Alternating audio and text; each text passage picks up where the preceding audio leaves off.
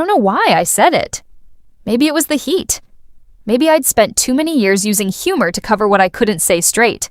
She was crouched over the board holding my DeWalt drill, the yellow and black one, holding it like she'd done it 100 times. I was pressing the board flat, staring at the plans I wasn't reading. My mouth opened. At this rate, you'll never get married, Hannah. You spend every Saturday fixing a neighbor's house. She looked up, not quickly, really looked, then she smiled. A smile I'd never seen before. Something patient behind it. Then maybe you're the reason. The drill was still running. I didn't breathe. I didn't know where to put my hands. My name is Samuel Grant. I'm 38 years old, freelance carpenter based out of Providence, Rhode Island, the kind of city where the winters stretch longer than they have any right to, and the neighbors are polite enough not to ask more than they need to. That suits me fine. I've always been comfortable in places where people leave each other alone and let the work speak for itself. I bought the house 3 years ago, just after I turned 35. The reason I bought it was honest, if not romantic. It needed a lot of work, and I needed something to do with my hands.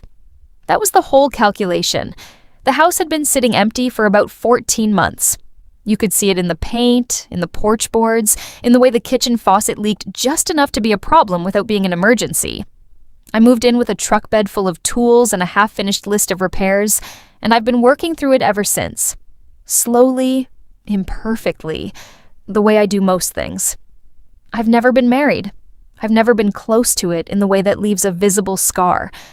There were relationships, a couple of them serious enough that the question of the future came up, was circled around, was implied in the way someone starts leaving things at your place, or asking about your schedule 3 weeks out. And every time that happened, every time I could feel a conversation coming before it arrived, I found a way to step back. A project that needed my full attention, a lease ending at a convenient time. Some version of the story where distance made more sense than staying put.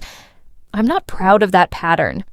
I'm telling you because it's the true answer to the question people always seem to want to ask when they find out I'm 38 and live alone in a house I'm renovating by myself.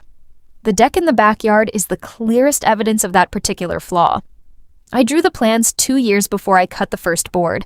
I bought the lumber, good stuff, pressure-treated pine, more than I needed, and stacked it in the corner of my workshop under a canvas tarp. And every morning I'd pour my coffee into the cracked mug I've been meaning to replace for 18 months, stand at the kitchen window, and look out at the stacked wood and think, this week, this is the week I start. And then the week would end, and I hadn't started. The workshop is attached to the back of the house through a door off the mudroom. It smells like sawdust and machine oil, and faintly like the pine boards curing in the corner. There's an AM radio on the shelf above the workbench that gets 2 stations clearly, and a third only when the weather turns cold. In the morning, I turn it on low, and it plays whatever it plays. Talk, country, classical. I'm not particular. And I drink my coffee and look at whatever I'm working on. The cracked mug has been there for over a year. I've walked past better mugs in stores. I don't know why I haven't replaced it. Some things you just keep. Hannah Pierce moved into the house 2 doors down in April. I saw her for the first time when I was unloading a run of timber from my truck. She was standing on the sidewalk watching, and the way she was looking at the truck wasn't curious neighbor watching. It was assessment, weight distribution, load balance, the kind of reading you do when you've thought about structural load your whole professional life. "Did you chalk the wheels?" she asked. I had not chalked the wheels. I went and chalked the wheels without saying anything. She was a structural engineer, 34 years old, also single, also living alone.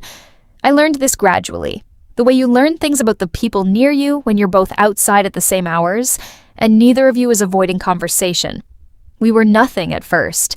2 people on the same block who nodded when they crossed paths, exchanged 10 words about the weather or the parking on Saturdays. Normal neighbor distance. I wasn't looking for anything more than that. I bought the DeWalt when I first moved in. It was the first thing I brought inside before the furniture, before the boxes. Something deliberate about that, or I meant it to be. A tool before everything else. A promise to myself that I was going to be the kind of person who fixed what needed fixing and built what needed building and didn't let things sit unfinished. I'd kept parts of that promise.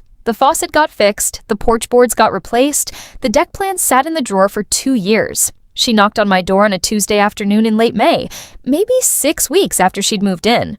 Her drill was at the service center under warranty, and she needed to hang some shelving before a furniture delivery on Friday. Could she borrow mine? I said yes without hesitating. She thanked me, took the drill, and was back down the sidewalk before the screen door had finished swinging shut. The whole thing took under a minute. There was nothing notable about it except that she knew exactly what she needed and didn't make it complicated. She brought the drill back that same evening, and when she knocked on the door, she had a loaf of zucchini bread in her other hand, wrapped in brown parchment paper and tied with kitchen twine.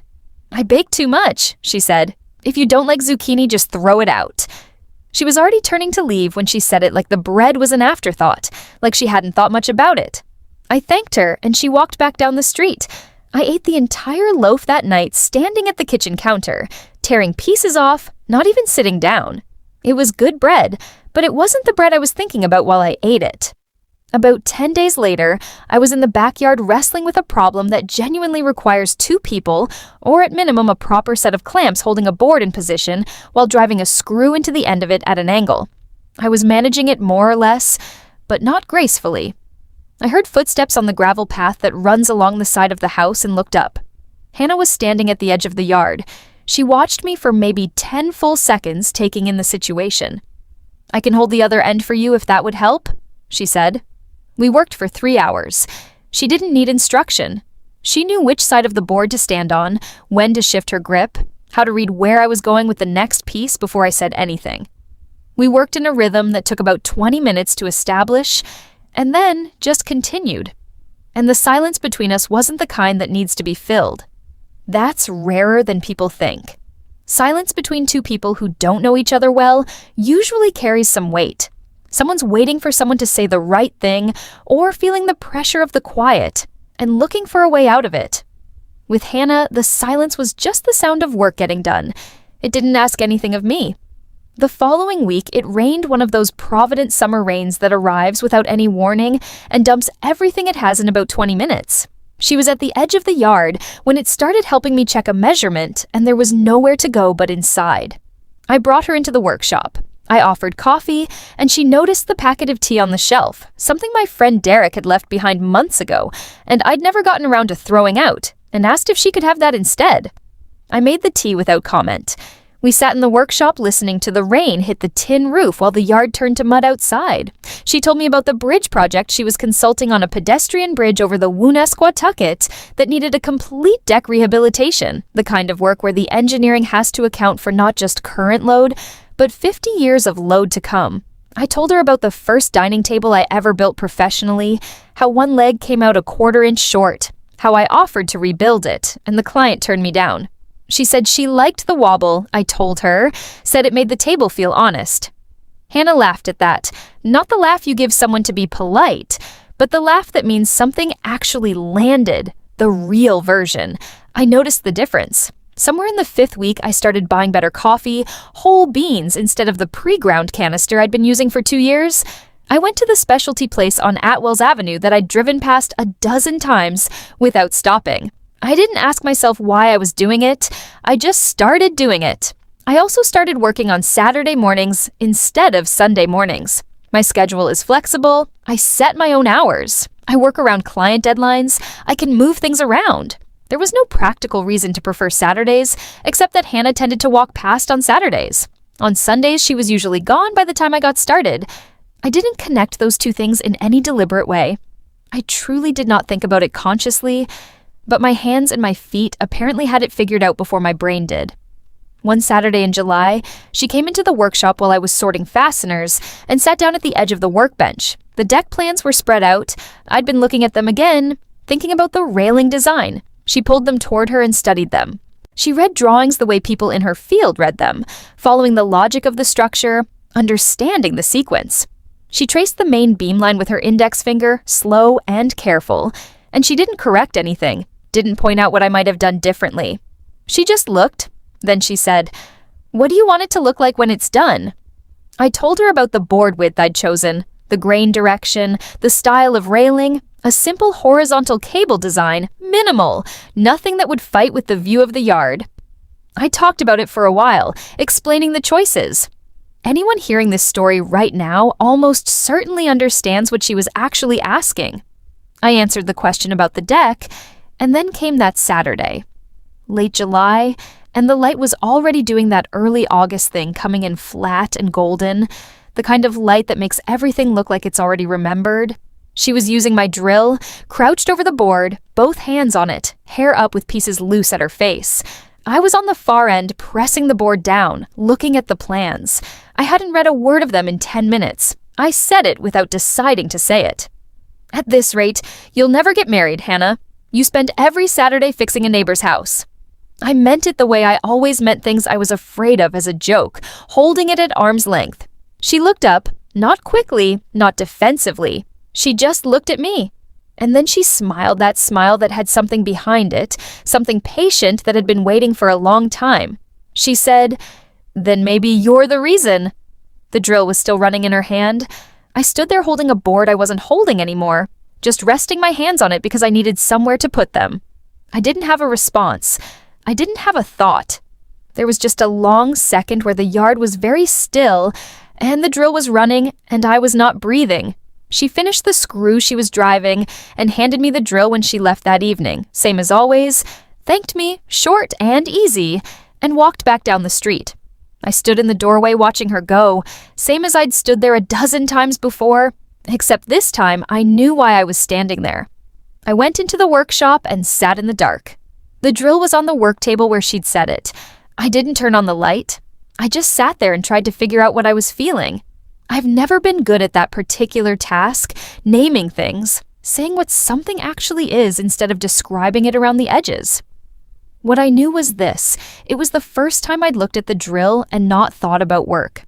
I thought about the way her hands held it, certain and easy and without any of the hesitation that lives in almost everything I do. And what scared me, what I sat with in the dark for a long time, was that the thought of it made me feel something good.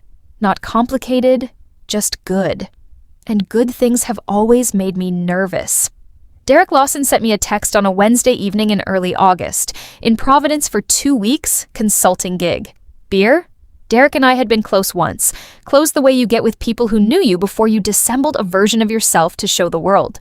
We'd grown apart geographically over the years, not emotionally, which meant a 9-month gap in contact cost nothing when we finally sat down together. He was good at that. He always had been. We met at a place on Wickenden Street, low light, good draft list, the kind of bar that's been there long enough that the stools fit the floor. He looked settled. Married 4 years, a daughter who just turned 2. The specific tiredness of someone investing real.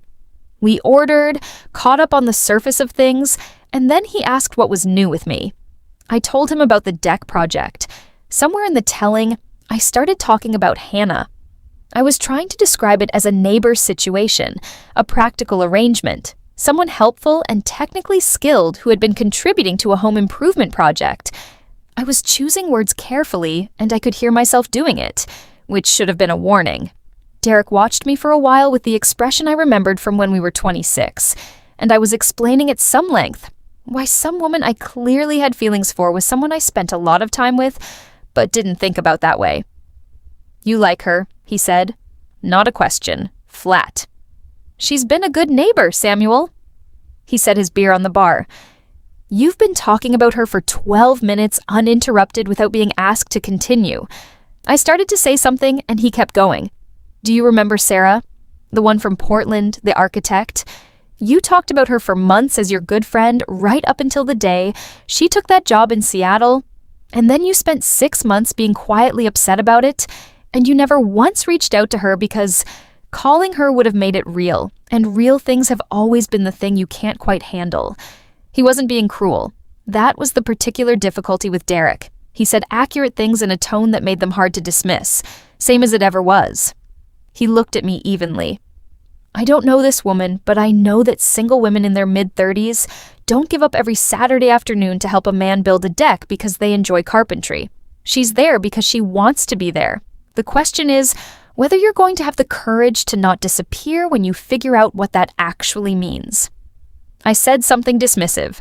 He nodded like he'd expected exactly that. "Here's the real thing," he said. He leaned forward slightly. "Your problem has never been that you don't know how to care about someone. Your problem is that you don't believe you're the kind of person who gets to be cared about in return. Every time something starts to feel like it might actually work, you find the exit before it has a chance to fail on its own. You don't let it fail, you leave first so you don't have to find out. That deck that's been sitting half-built in your backyard for 2 years, I guarantee you it's not because you've been too busy. You're afraid of what you'll feel when there's nothing left to build toward. Finishing something means you have to live in it, and living in something means it can be taken away." I sat with that for a few seconds. "That's a lot of analysis for someone who hasn't seen me in 9 months, I said. "I've known you for 15 years, Samuel. I don't need 9 months, I need 12 minutes. I drove home without saying much more. I sat in my truck in the driveway for 10 minutes before I went inside. I looked at the kitchen window from the outside. The light was on. It looked like a house someone lived in. I wasn't sure when that had started to feel like enough. She came the next Saturday like always, same time, same easy walk up the driveway, and I told her I was buried in a commission deadline, couldn't work on the deck this week. She said, okay, no argument, no reading of my face, no asking what had shifted since last weekend, when everything between us was still easy, just okay. And she walked back down the street. I stood at the door and watched her go. And the total absence of pressure from her, the way she never pushed, never extracted more than she was given, sat in my chest like something I was not sure I'd earned the right to receive. She texted that night. 3 words. "You okay?"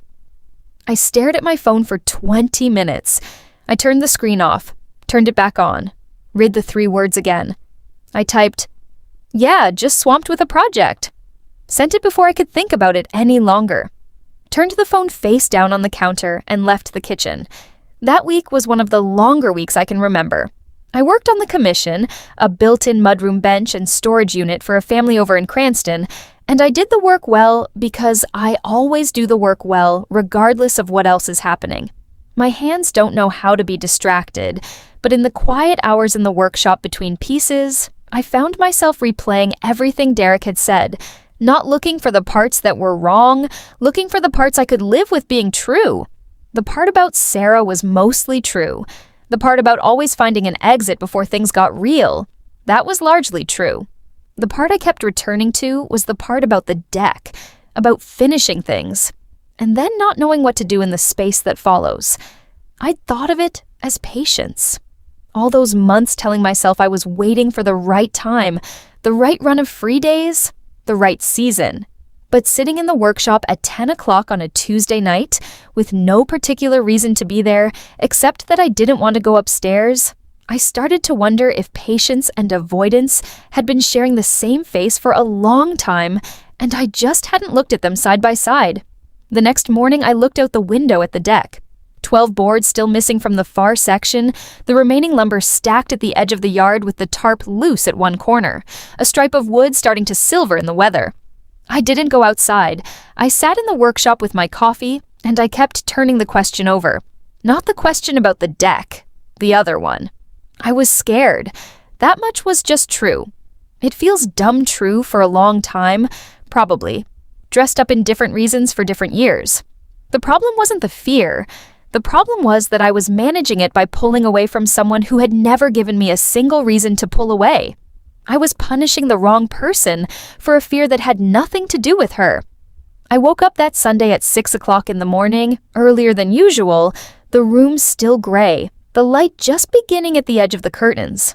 I lay there, and I went through it the way I go through a build problem, looking for the point where the logic broke, tracing the structure back to find what was holding wrong. Every time Hannah had come over, I tried to be honest about it.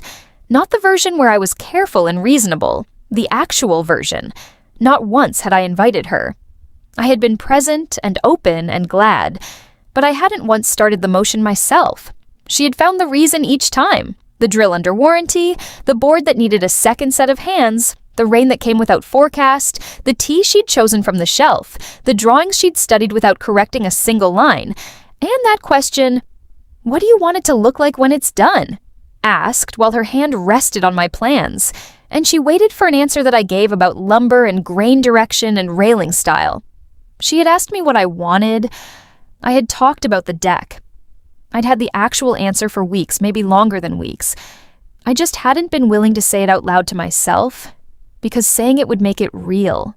And real things can be lost, and I have spent a long time being more afraid of losing things than I am willing to admit.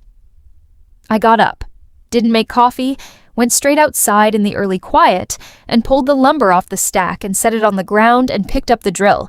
The wood was cool in the morning air. The neighborhood was still. A robin was working at something persistent in the maple at the back fence. I started laying boards. My hands knew what to do, even when the rest of me was still working through it. That's the thing about doing physical work for long enough. Your body carries the knowledge, so your mind can do something else. About 30 minutes in, I heard a door. Not mine. I kept going. I heard steps in the grass, quiet and unhurried. I didn't turn around right away. "You started?" Her voice. No accusation, no edge, just a fact, stated warmly. I set the drill down and turned. She was standing at the edge of the yard in her jacket, holding 2 cups of coffee. She had walked over without being asked or texted or expected, same as every other time. "Hannah," I stopped. Then I kept going because stopping again would only be another version of disappearing. "I'm sorry about last week. I ran into an old friend, someone who has known me long enough to say things I'd rather not hear. And he said some things I needed to sit with. Some of them right, some of them I'm still working through. And the way I handled all of it was to disappear on you without any explanation, without giving you any reason, without even a real answer to your text. That's not how I want to treat someone who has given up her Saturdays to be here." She walked across the yard and held out one of the cups. I took it. She held hers in both hands and looked at me without any hurry. "What did your friend say?" she asked. "That I have a pattern of leaving before things get real. That I'm good at caring about something right up until the moment it might actually matter. And then I find the exit before that moment arrives." I looked at the coffee, then at her, and that the deck being unfinished for 2 years wasn't about being too busy. She looked at the deck, at the remaining lumber, at the unfinished section. Then she looked at me. "He's not wrong." The yard was quiet for a moment. I said, "That thing you said, then maybe you're the reason. Were you joking?" She held her mug in both hands and looked at it briefly, the way a person does when they're deciding how honest to be. Then she looked up at me directly, and what was in her expression wasn't uncertainty. It was patience, the look of someone who has been waiting for the right moment and recognized that this was it. "I don't know exactly when it started," she said. "Sometime in the spring, I think. Maybe earlier. I just know that every time I found a reason to come over here, the reason I gave you was true. I wasn't inventing anything. But the reason wasn't the only reason. There was one underneath it that I didn't name." She paused. "I didn't think you were ready to hear it named." She held my gaze. The morning was very still around us. The robin in the maple had gone quiet. Somewhere far off, a car turned onto the block and drove slowly past. "I wasn't," I said. "I am now." She nodded once, small and certain. "Okay," I said. The word came out quieter than I meant it to, but she didn't need volume. She understood it. I reached down and picked up the drill and held it out to her. The yellow and black handle, the familiar weight of it in my palm, helped me finish the last 12 boards. She looked at the drill for just a second. Then she reached out with both hands and took it the way she always took it easy, like it belonged there. We got back to work. We finished the last board on a Thursday in late August, just before 4 o'clock, when the sun had dropped to the flat golden angle where everything it touches looks like a photograph of itself. Hannah stood up and brushed her knees off and looked at the whole thing, the finished length and width of it, the new railing, the grain running clean and straight. "It looks better than the drawing," she said. 11 years I've been doing this work." That was the best compliment I've received. I went inside and came back with 2 cold beers. We sat on the finished deck with our backs against the railing, shoulders a few inches apart, and didn't say much for about 15 minutes. The air was carrying the smell of someone cutting their grass a few houses over. A screen door opened somewhere and closed. I didn't want to stand up. I hadn't not wanted an afternoon to end like that in a very long time. It was a new feeling, or an old one I'd forgotten so completely it felt new. In September, I built her a bookshelf. She hadn't asked for it. I'd been over to her house a few times by then, always with something that made practical sense. A borrowed level, a question about load bearing for a commission, once just coffee because I was passing, and it seemed like the natural thing to do. And every time I came inside, her books were on the floor, organized clearly, but on the floor.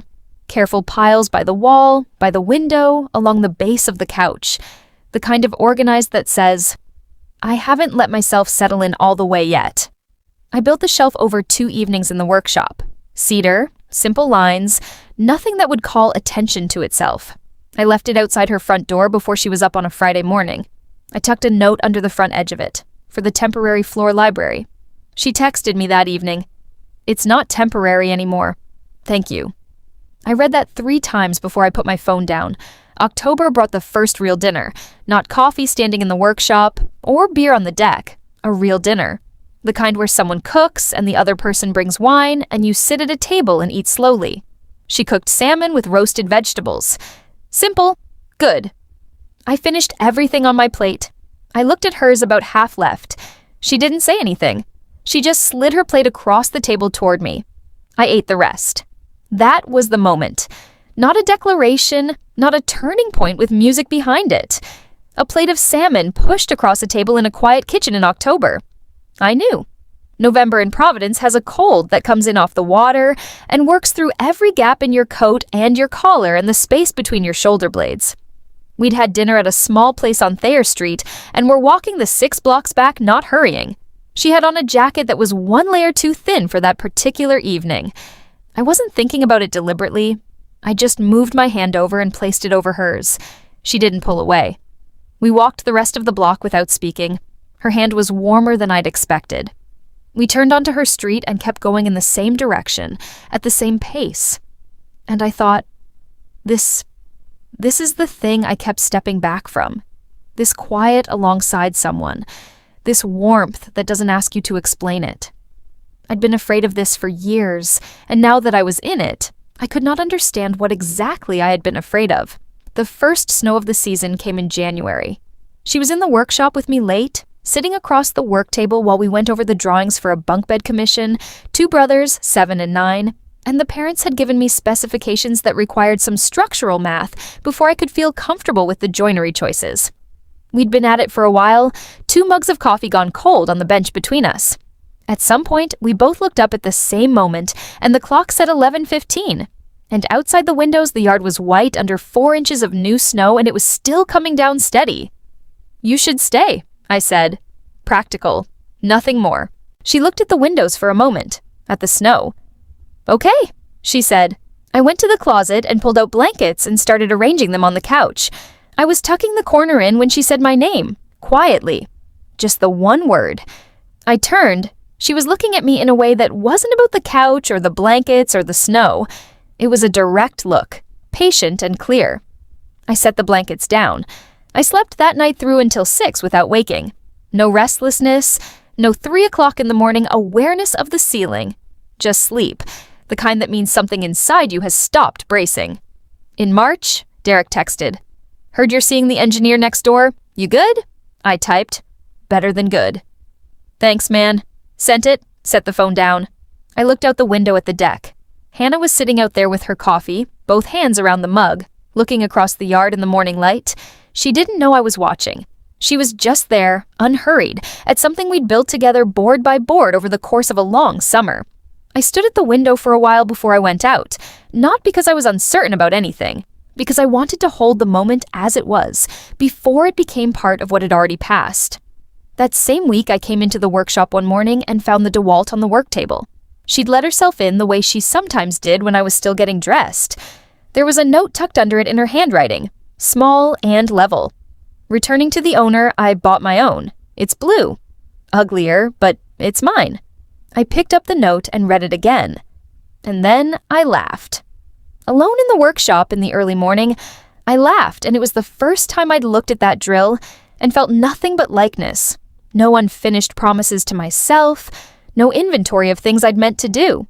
Just a tool on a table and a note, and someone a few steps away who had gone out and bought herself a blue one, and wanted me to know it. I used to believe love was supposed to announce itself, that there would be a moment you could point to something clear and solid, something with enough weight to it that you'd know for certain you weren't inventing it. A declaration, a scene with an obvious before and after. What I know now is that it didn't arrive that way for me. It came as a loaf of zucchini bread wrapped in brown paper, as 3 hours of quiet work on a Saturday afternoon when the silence didn't ask anything of me, as a cup of tea made from someone else's forgotten packet, as a drawing studied without correction, as a plate of salmon pushed across a table without a word, as a hand that stayed warm against mine in the November cold and didn't pull away, and as a joke that wasn't a joke. She knew before I did. I'm certain of that. She came each time with a real reason, and every one of those reasons was true.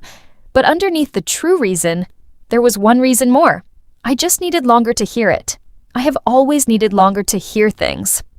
The DeWalt is still on my workbench. Hannah has her blue one. Uglier, she says, and she's right, but it's hers. On weekends, we work out on the deck side by side, her drill and mine running at their own pace, fixing whatever the next small thing is that needs doing. The deck has been finished for months. There is always something. A post that wants a new bolt, a board at the edge that's swelled in the winter wet. Something one of us notices, and neither of us minds fixing. We are people who find things to repair, and then repair them. I do it with wood and plants, and the tools I've carried for 11 years. She does it with patience, and with showing up, and with a note tucked under a drill on a workbench for a man who needed one more morning to understand that he was worth the trouble. Have you ever understood that someone cared about you only after you'd almost walked away because you were afraid of what it meant? And if you were Hannah, would you have had the patience to keep coming back, to keep finding the real reason that was also the other reason until the door finally opened from the inside? If Samuel's story stayed with you, if any part of it felt like something you've lived or something you're still living right now, hit like, so this reaches the people who need to hear it. Subscribe so you don't miss the next story and leave a comment below. When do you think Hannah actually knew? Was it that first morning when she asked about the truck wheels? Or did it take a little longer than that?